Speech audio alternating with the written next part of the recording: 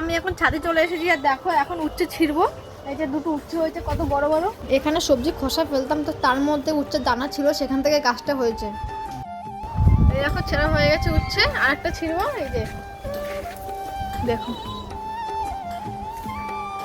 এটা ছিঁড়ে নিয়েছি, আরো জালি আছে ছোট ছোট, এখনো বড় হয়নি। দেখো এদিকে আরো লতানো লতানো গাছ আছে কত রকমের। এই যে এটা বরবটি গাছ, এটা হলো চিচিঙ্গা গাছ রয়েছে। আর দেখি তো আসো, এই দেখো দেখতে পাচ্ছ তোমরা, এখানে এটা হয়ে রয়েছে। আগে তো চোখে পড়েনি, এখন চোখে পড়লো। এখন তো আর খাওয়া যাবে না, পেকে গেছে, তাই এটাকে বীজ রেখে দেবো, সামনে বছর আবার লাগাবো।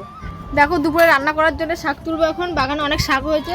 আর কারা কারা আমার মতো শাক খেতে ভালোবাসো, আর আমার তো ভীষণ ভালো লাগে শাক খেতে। দেখো আমার সব শাক তোলা হয়ে গেছে, এবার আমি ঘরে গিয়ে এগুলো বেছে ভালোভাবে ধুয়ে রান্না করব।